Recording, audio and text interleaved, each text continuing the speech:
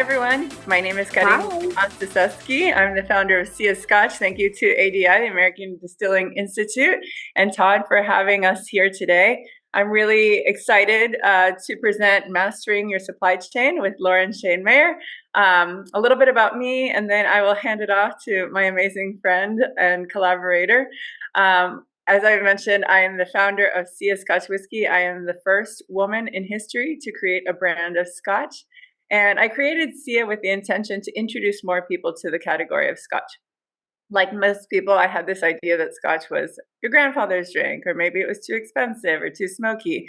And so through the years, I got really curious and started visiting Scotland quite a bit, hosting scotch tasting events, and really learning what it takes to introduce someone to the category that I love so much.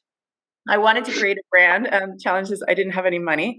I was a graphic designer for 17 years. So I maxed out my credit cards. I took out loans against my home. And then finally, I used Kickstarter to crowdfund SIA.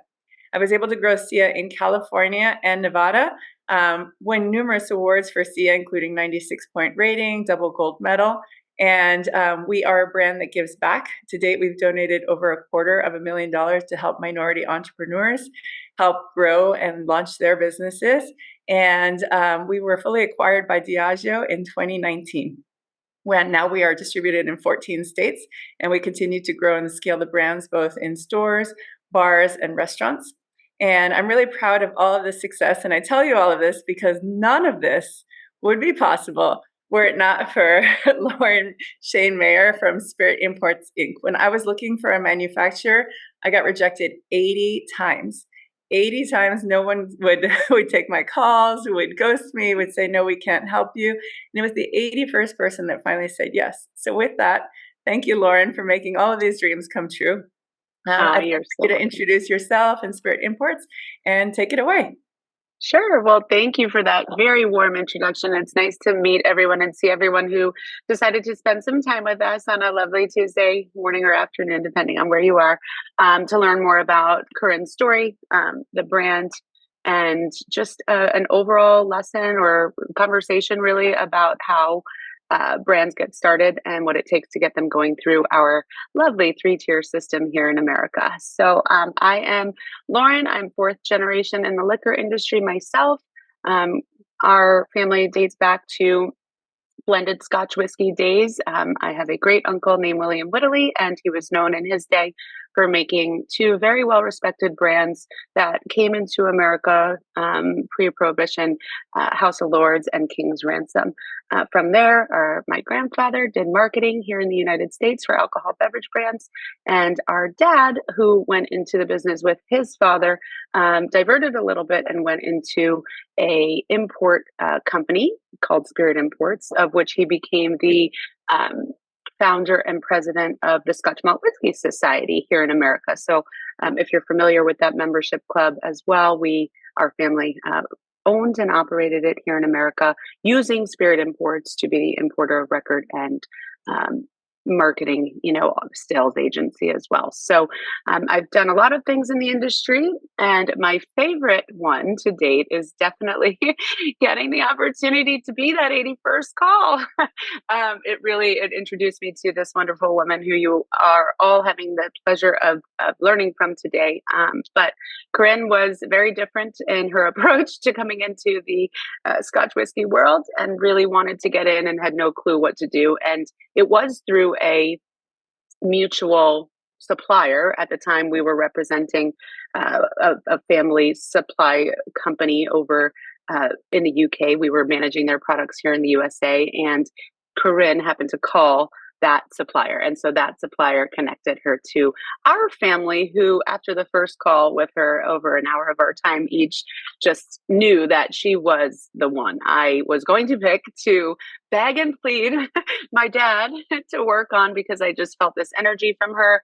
And I knew that although she, as she said, she may not have had the funds or the knowledge yet, she had this passion, this drive like no other I've ever seen. And we've surely been presented with our fair share of brands. So the story is awesome. It put us together, and it allowed for us to work together in a consulting role for a little bit, and kind of learn what it was going to take to do this. And again, just being totally in awe, she said, not only are we going to do this, I'm going to do this all by myself. And I said, that's, pretty encouraging, but it takes a lot of time, money, and effort. And just again, learning who she was and understanding what she wanted to do and be the first Latin American woman who would create a blended Scotch whiskey here in America.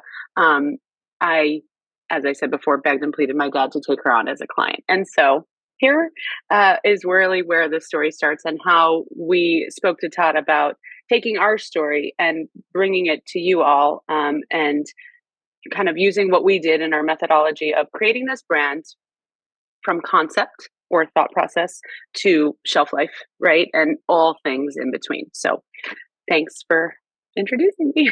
Thank you. Yeah. Can you tell us Yeah. a little bit more about what an importer does and the roles and responsibilities that an importer plays in our beautiful 3-tier system? And what I've learned now in Texas, sometimes it's even a 4-tier.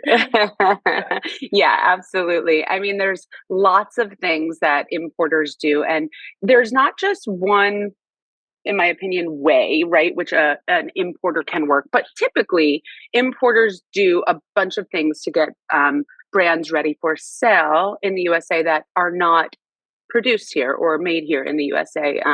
They have to be licensed by the federal government. They submit all the paperwork to the government for new products. They calculate taxes and duties for the products that are coming in. They work with shipments, bringing the product across the seas or in the air. They handle all logistics, right, of moving products from supply manufacturer to a warehouse of what we call X warehouse, or where it will be sold, the FOB to. We handle purchase orders from customers, warehousing, order processing, ARs, APs. It's an entire business and does take a small but dedicated team, I think, to make it work perfectly. Thank you for that, Lauren. I appreciate it. Yeah. So, Yeah. in working with you, I was trying to wrap my head around how all of this comes together. So, I had put together a graphic, and I said, "Lauren, is this accurate?" And she said, "Yes." So let's. Is it okay to kind of walk through that together now? Sure, absolutely. I'd love All to. right. Let me go ahead and share my screen here. And thanks for the people who are joining our call. We'll take some questions at the end. So Lauren is going to walk us through a production timeline and then a pricing model example. So let me go ahead and share our screen here. Sure. Okay, can you see that? I can. Yep, absolutely.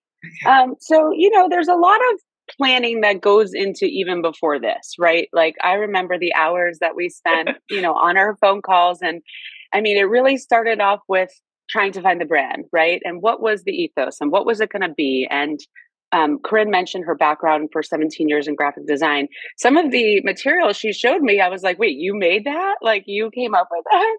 And I was so impressed by it. And I said, well, we have to be able to pick a brand name, and we have to be able to pick a font name, and we have to be able to pick colors and imagery and all sorts of stuff. And so even before this, right, Carin, like, we really had some deep conversations of I need a list of 20 brand names. Give me your favorite from 1 to 20. And she'd be Yeah. like, And then, I mean, it's not even your favorite. It's what's even available, right? When you start doing all the trademark searches, there's, you fall in love with a name, and then you find out that someone else also fell in love with it and registered that trademark. So, And yeah. so sorry, Carin, even though you loved it, we'd have to move to the next one. But we did that first, and we got to a place where Carin was satisfied with a brand name. Of course, what she just said about trademark is so true. Myself, learning from my father, that was the very first thing actually that he taught me was, anytime you think of an idea, there's a website called uspto.gov, and you can go and search a free trademark search, and it won't cost you a penny, and you can just see if anyone else is using or has used a mark that you intend to use. So definitely step one was making sure we could use that name. And then when we had the name, Carin used her graphic expertise and put together a label, right? I showed her many different pictures, and we're going to go into this, into material sourcing of different glasses and different things. So we had to narrow all of that down first before I took what she was looking for and rolled with it, right? To be able to show her this and say, hey, here's what we have available from the different sources. So once everything was graphically designed and approved by Carin, we went ahead and started initiating the order. And obviously, again, the material sourcing prior to us actually sourcing where we bought the materials for SIA, I would be, or your importer of record, or perhaps a consultant or an agency would be giving the brand many different options, right? Liquid is most important. Obviously, we have to have an award-winning liquid that is reasonable in price, and whatnot. But I knew where SIA was going to come from right from the first conversation, because it was that exact supplier that connected us that I knew this would work with. And really, the reason I knew it was going to work is not only because we were already obviously connected, but in order for Carin to start SIA, she had to start with an opening order. And usually, opening orders are 1,000 cases, 500 cases, 6-pack, or even 12-pack, 750 ml. And as she's mentioned on this call or on this chat before, is she didn't have any money. And so it was like, well, sorry, Lauren, I'm not sure I'm going to be able to do a 500 case supply. Is there any way we can get it down to 100 cases? And I was like, wow, well, the doers of the world are not producing, 100 case lots for brand owners like Carin. But I said, if there was going to be a partner for liquid, our partner was just that, and we found that in the Lang family. Same thing for the glass. Carin had a vision for her brand. She gave me all these amazing presentations on our call, and one of them was like, well, the bottle has to be tall. It has to sit on the top shelf because, of course, we want top shelf product, and it has to represent a woman's body. And I was like, wow, that's going to be a fun one to find. And of course, the glass that we ended up picking from Sabre, was it? Was it a Sabre glass? Sabre was our I think supplier. that's also something like worth noting for people that are kind of starting out. Finding standard glass makes the process a little bit easier because you're not producing something completely custom. A lot of things can go wrong when you start with custom glass. They might not make it on the bottling line. There's just a lot of like testing that goes in. So finding something that's standard but maybe not super common is a great way to start. Yep, absolutely. And also for cost purposes. I mean, when you do a custom order of custom glass, right, you have to buy 30,000, 60,000 piece minimums. And again, for a brand new brand, that's really hard to do. So I agree, having a source, a manufactured source for a product, companies like Bruni Glassware, Sabre Glassware, there's a bunch others out there. I primarily work with those two, but can offer brands simpler solutions from different manufacturing countries, so that they can cost effectively ship the glass from manufacturer city to production city, which is usually different as well. So that again, we found the glass and we picked the glass and we got a price on the glass, and our investment, because we were able to buy a stocked glass, right? Our investment was able to be at a very small lot and a small quantity. All these products, right? The shippers, the labels, the caps, the capsule covers. As brand owners, you have the ability to source all of this yourself. People like Carin did just that. She knew what she wanted. I gave her some suggestions on different companies. I showed her the options, and it was like that. She just had it, down pat. On all other elements, though, there are lots of options. And these are things that importers like ourselves can help do and help facilitate. There are branding companies that can help do and facilitate, but Carin was that. And so we had that branding covered, right? We knew that exactly what she had wanted for her product at the time. But the point here is you got to test, you got to get the samples, you got to feel the package, you got to receive a sample of your label that you wanted gold foil, but really it came out in gold ink, right? And so it was a lot of fun, at least for me, working with Carin, doing all of this. I know I started with liquid, but I have to tell the story about the liquid and how it came to fruition. Sure. So again, with liquid, same thing. Carin had technically the ability with the supplier to create her own product. And a blend is just that, guys, right? It's a blend of single malts that are put together to have a uniform taste and feel mouthfeel every time you drink it. And so we were given, as the importer, many different samples of what Carin had in her head this whiskey would taste like, because she knew that she wanted a a cotton candy apple flavor, or some caramel, or smoky enough but not yet too smoky. It can't be our grandfather's drink. It has to be golden color. And there was just a lot of I there love has it. to You make me be. sound so picky, but I was. But you were, and Yeah. only because you knew exactly what you were looking for. And Yeah. Corinne, I mean, with all due respect, you created that beast, right? So it really worked. But the sample process of the liquid was so fun for me, because we received, as the licensed importers, so this is if you don't know this, it's a good learning.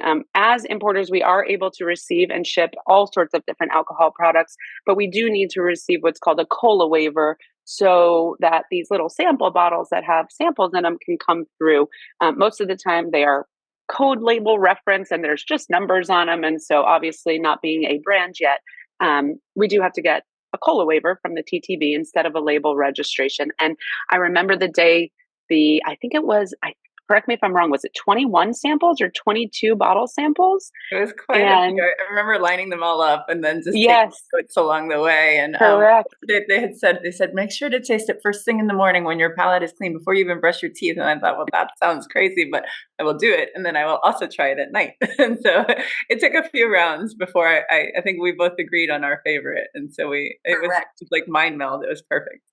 Yeah, and I was just about to say, the funniest part was is that after we sent you the samples and we went through all the numbers, you and I both picked the exact same sample number. And so I thought, well, hey, this was the perfect sourcing of liquid that we could have asked for. Oh, thank you so much for that. Yeah, I also put some lead times there. This might, it might depend on who the supplier is for the liquid, but just generally making sure that you have enough time from all of the different material sourcing to get everything to the bottling plant at the same time. Correct. Yeah. Correct. Absolutely. Super, super, super important for sure. So the bottling is fun. Bottling is another area in making product and manufacturing that usually gets done by someone else, right? Most importers are not the manufacturers and suppliers and bottlers, but a lot of suppliers and manufacturers also own bottling facilities, and this is very prevalent, I think, especially in Scotland, right? And wineries, right, where they grow their own grapes, make their own wine, and then bottle right there at the winery or distillery. In SIA's case, the bottling did happen by a family owned bottler, but it was an outsourced operation. And so we also had to manage or watch and administer the bottling process, right? And so it was myself going over there, and I had the best time on that trip. I love the suppliers that SIA Scotch Whiskey came from, and they took me out for the day, and they brought me on the line. And Corinne, I remember you being so nervous about this, because I mean, to the point where we were getting pictures of the bottle measurements to like the centimeter to make sure that the fill line was going to be perfect. And these are things that are usually automated by a bottling line, and so I trusted that it was going to work. But your persistence on being perfect was so appreciated, because again, we can make, as your importer or as you, the brand owner, can make these beautiful sheets and give nothing but instruction, to the bottling facilities. But hey, mistakes happen, right? And so when you're in these processes, it's my belief that it is important for at least someone from yet the importer or the brand team to be there to watch what is going on, so that when problem number one happens, it happens and gets fixed right there. And so we don't get produced 100 bad cases or 250 bad cases and have to do it all over again, right? I think that's also, lessons learned is, even though our run was so small, it was a blessing, right? To be able to know that we didn't make the mistake at like our first 10,000 case order, right? So to really learn as you go. But I will just add that the manufacturer will administer and produce the product at the bottling plant, and then it gets packaged onto pallets. So this is, stacked pallets that you might see at like Costco, for example, is a great example. But it's depending on if you have your packaging as a 6-pack case or as a 12-pack case, that's how it's going to get packaged onto the pallets. I also think, just from a small supplier's point of view, it's important to start with smaller shippers. So, for example, I used a 6-pack case. 6-pack cases are great when you're introducing a new brand. So, if someone's taking a chance on a new brand, it's better to start with a 6-pack case order than it is a 12-pack case order. So, that's why we chose to do 6-packs, and then they're loaded onto the pallets. And then put onto containers. So I'll let Lauren take it from here. Okay, so what happens is product is now ready to move, right? It's ready to come over and enter into the USA so that it can be legally sold for sale. And there is a lot that happens for a product to be sold legally for sale here in America. Talking about Carin's brand being a blended Scotch whiskey, there's actually not as many requirements for this type of product than others. There is no formulation needed, so the TTB does not require that samples get sent before to formulate a product. This is a blended Scotch whiskey, and we are given a list of ingredients and a method of manufacture. And for the TTB, this particular category of product does not need to be formulated or have a formula approval. But what it does need to have is what's called a COLA, a Certificate of Label Approval. Again, this is a document that is nowadays done online through the importer of record, and it appoints the importer of record to the brand. And there are lots of different label requirements that need to be met in order for a label to get a certificate of label approval. And this can be found, and maybe perhaps we can even send a link after from the beverage alcohol manual that the TTB does, provide every year to alcohol beverage brands and importers here in the USA. And so it was important that we made sure before we printed the labels that the COLA was approved, and it did get approved. And now that the product is ready to transport and ship over, the approval becomes super important, because leaving a country is one thing. It's not our regulation, but coming into the country is. And U.S. Customs checks every single product or shipment that is coming into this country, whether it's what we call pre-cleared on the vessel or at the docks when it lands and gets unloaded. And that COLA, that approval, is your, please pass go to customs agent that says, here's the label that we had registered. Here's a bottle and how it looks labeled and produced, and they match. Nothing that wasn't on the COLA is now on the bottle. Perfect. We'll go ahead and let this through customs. At that time is when the importer's of record account also gets, charged for the federal taxes. And so transportation and taxes really kind of happen in a twofold. Spirit Imports uses a company called Albatrans. And Carin, we used Albatrans with your brand and product as well. And what I like about Albatrans is they're a one-stop shop, right? And they can do the freight, they can do the customs brokerage, they can do what I call final destination delivery, local trucking when it lands at a port and has to get to a warehouse. And so we hire Albatrans and have been using them for 30 years to do all of this, right? We send them a COLA.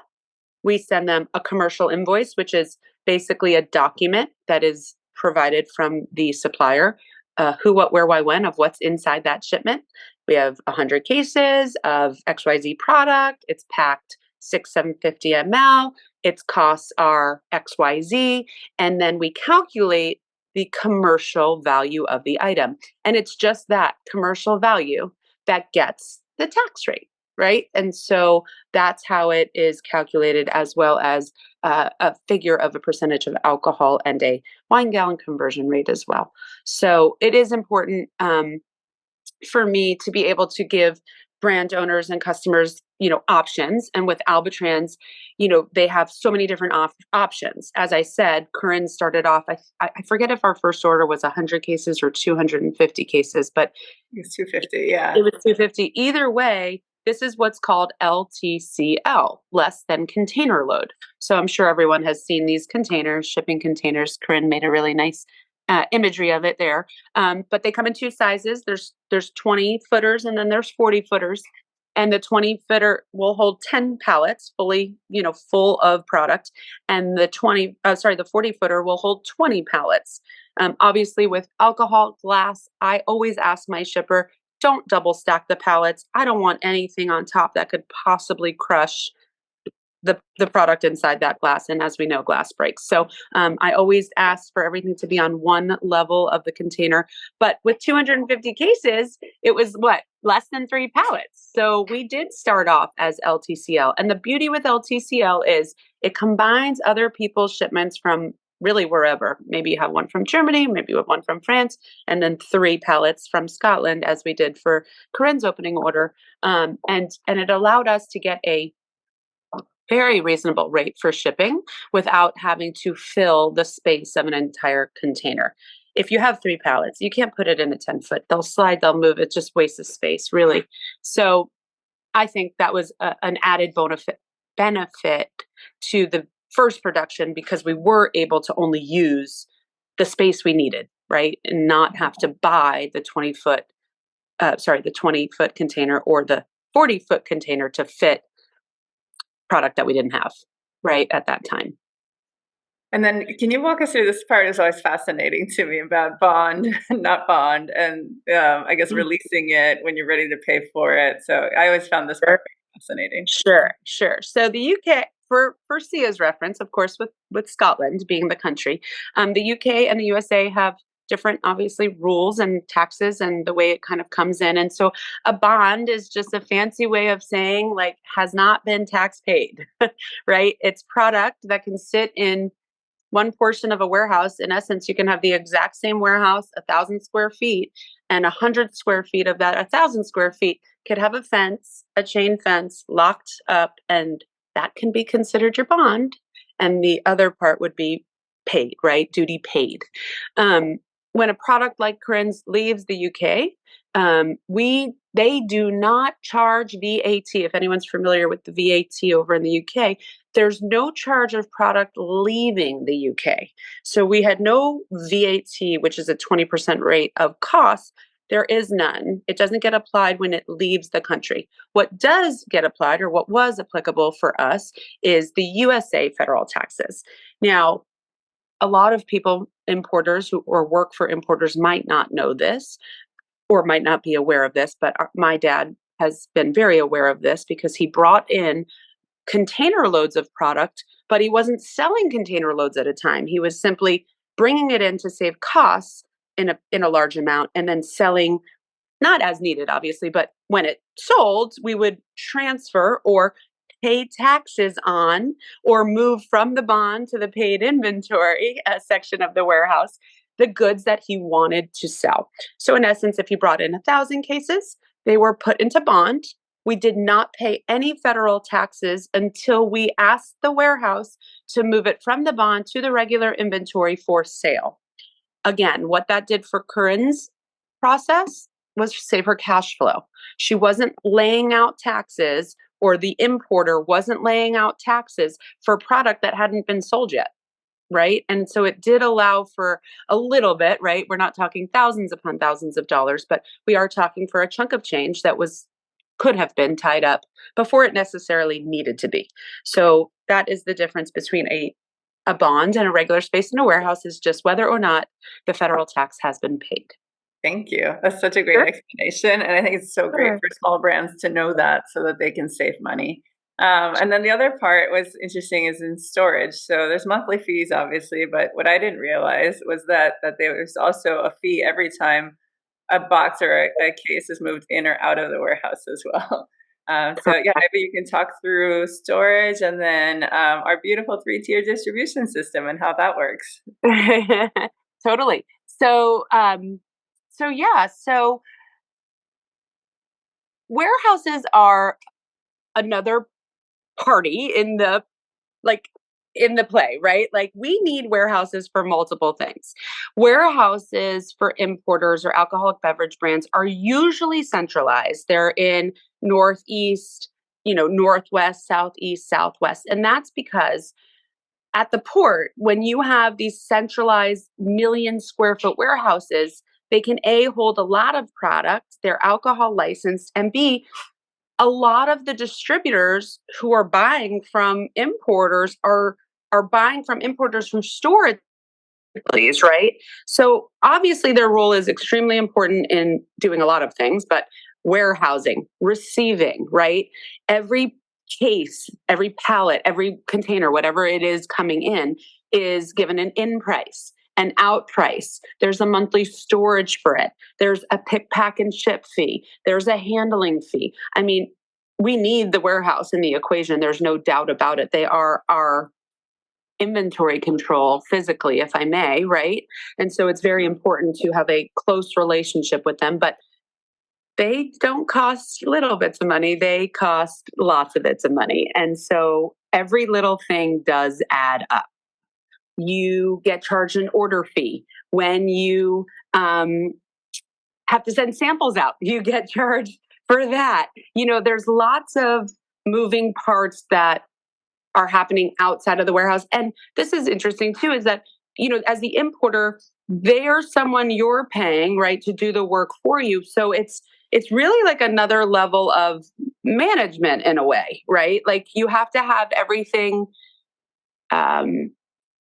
right, accurate, information accurate. And when information is physically right, but computer wrong and computer right and physically wrong, it really takes a lot of work and effort to kind of manage, everything going in on there. I So, also learned geography being very important. If you're doing a lot of business on the West Coast, it might clear through customs on the East Coast, but maybe storage on the West Coast is important, or even things as weather comes into play, right? If there's blizzards involved, just something to keep in mind. yeah, absolutely. And remember, like, again, brands, this kind of has to do with warehousing, but when brands decide what states they're going to distribute in, right?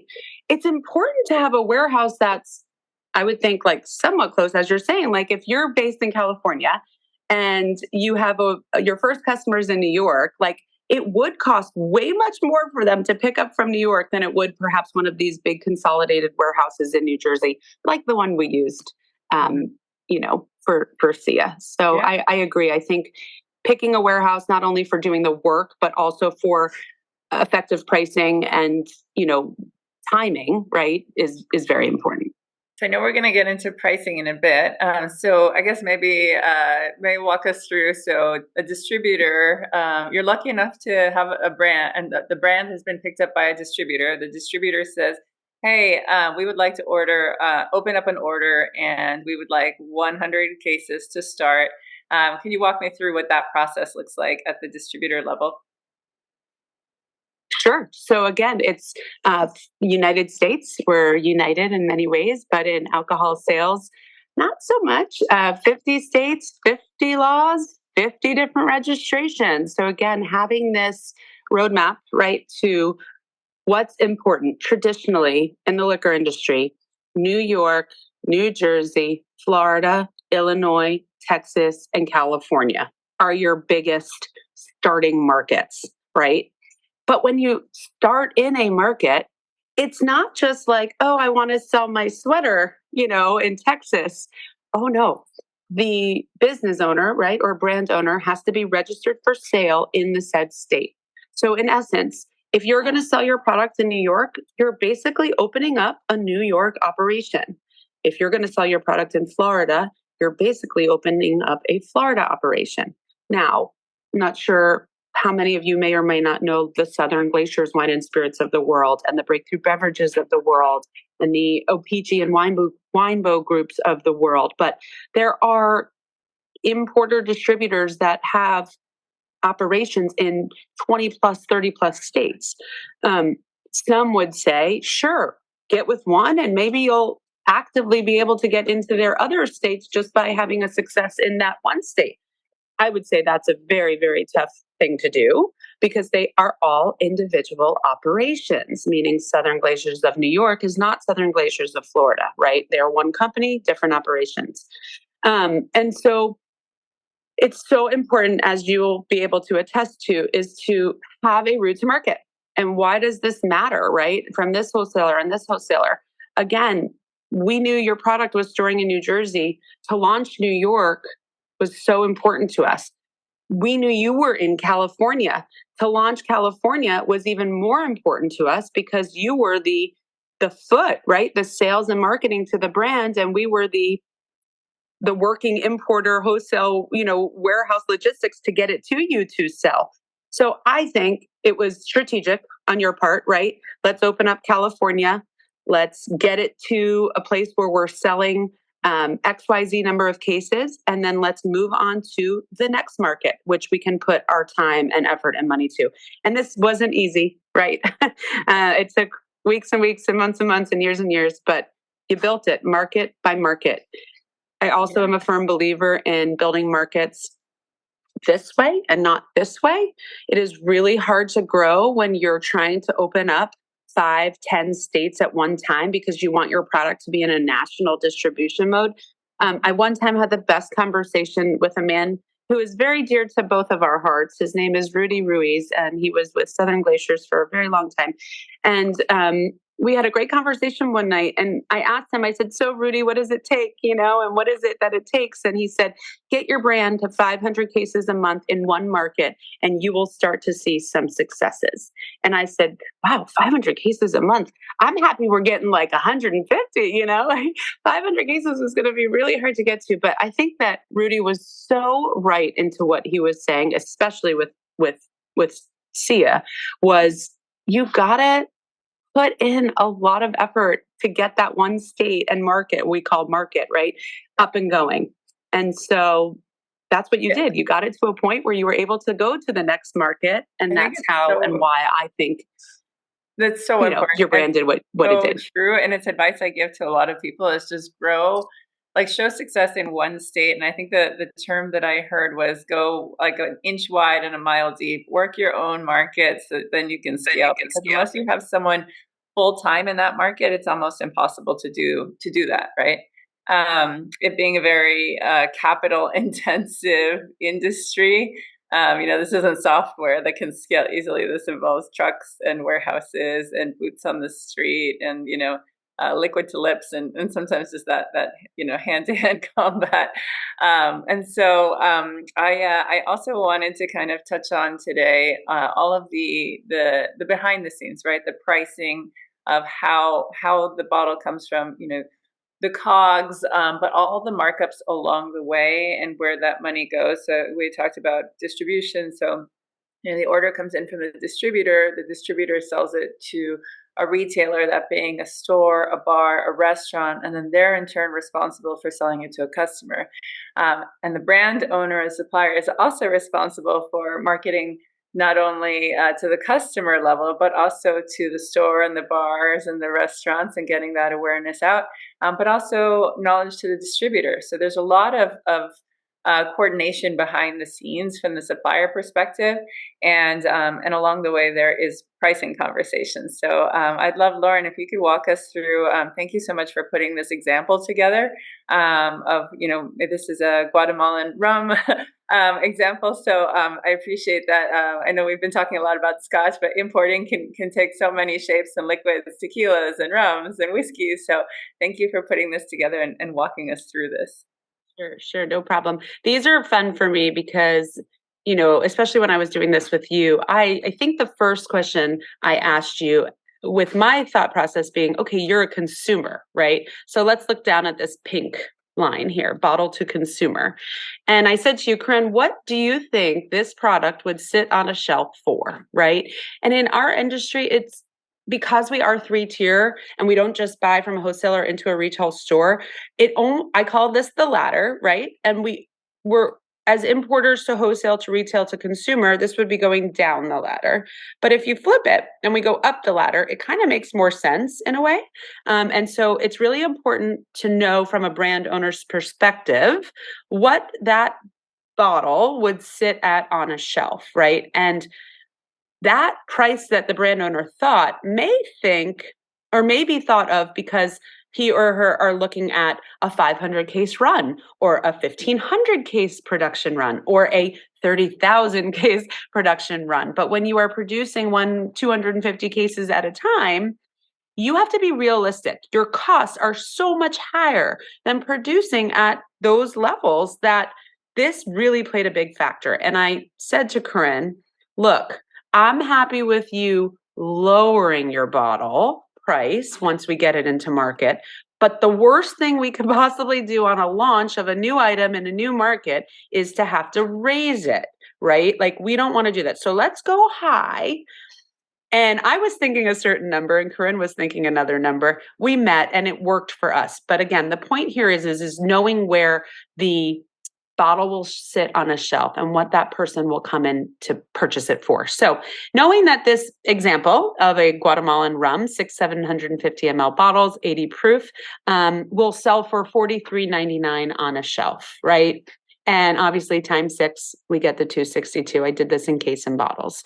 So looking at the top is $35.10 for a case of COGS. If we go back to Carin's first sheet that we were working through with the chart of, the bottle and the liquid and the labels and the corks and a COG, or a cost of goods sold, is all of the costs involved to get a product to a sellable position. Now, a sellable position for a Guatemalan rum is at the distillery in Guatemala.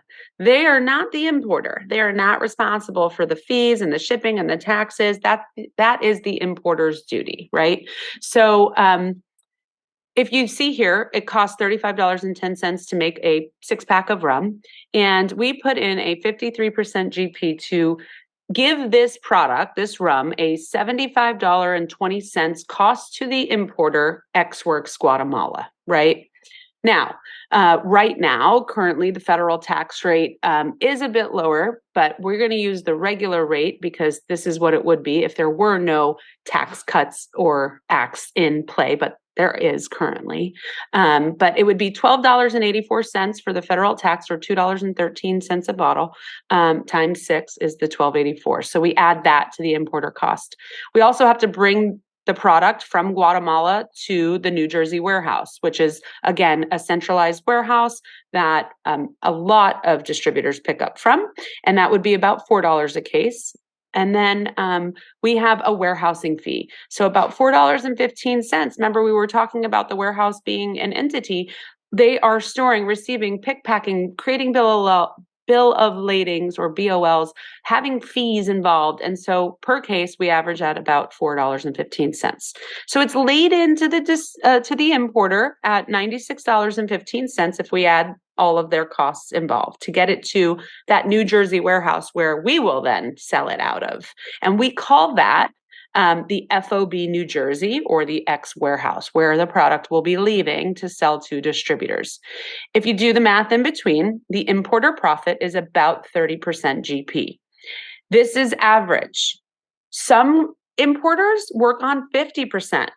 Some, if the pricing allows for it, could work even more. Remember, it's important to know what that retail price is in their head, because that allows us to see where the money goes, right? And to see how much money we have for the 3-tier system. Again, everyone has to have a play in this.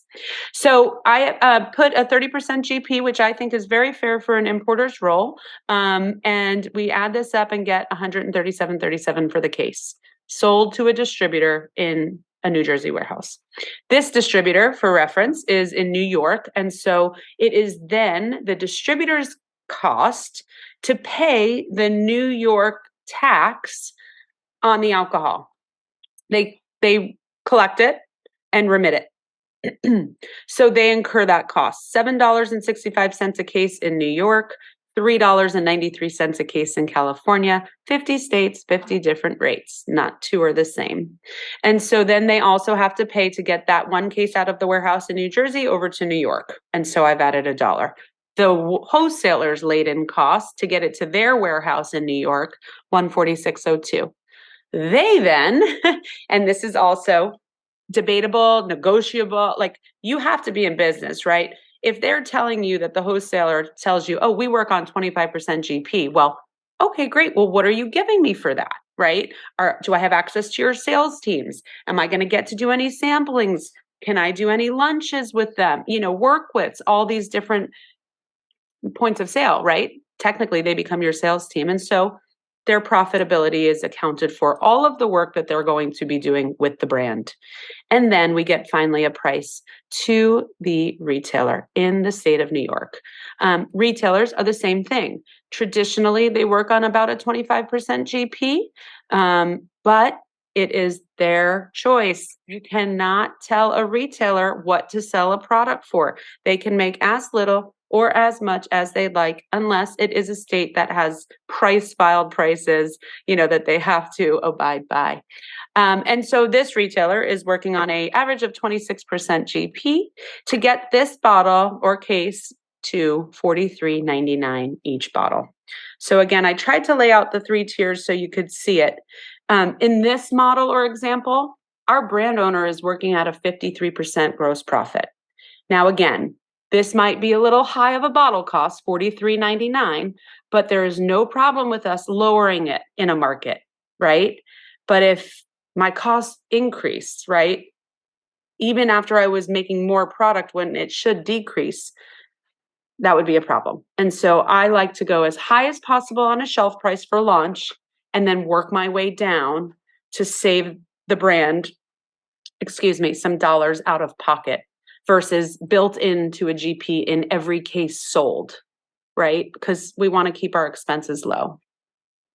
Thank you so much, Lauren. This is so incredible. You are just a wealth of information. And yeah, I think it's important to have that gross profit as high as possible so that you can run your business, right? To be able to hire people, to do demos, sampling, discounts when you start working with large retailers, and just getting the brand out there. Everything comes from that, right? Social media, salaries, overheads, legal fees. You can be the best one to tell us all that. Yeah.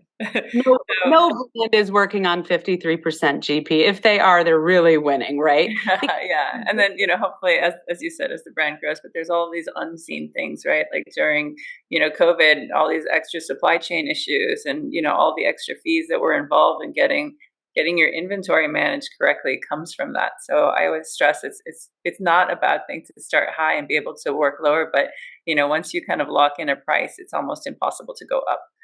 So yeah, thank you so much for this. I'm gonna stop my screen share and just say thank you for all of this information. It's just it's so valuable for brands to understand this as they get started. And yeah, I think maybe can you share a little bit if you do any kind of consulting for brands or any launches or how brands could work with Spirit Imports? Sure. Yeah. I mean, I am always here. Spirit Imports is almost 35 years in business. And so I have worked alongside my dad and his team for 20 of those 35 years. And I have gotten the best firsthand knowledge that I think anyone could get from someone, and being my dad, it's really awesome. However, with that said, times have changed. After COVID, Corinne's right. It's just a different game. The industry has totally changed.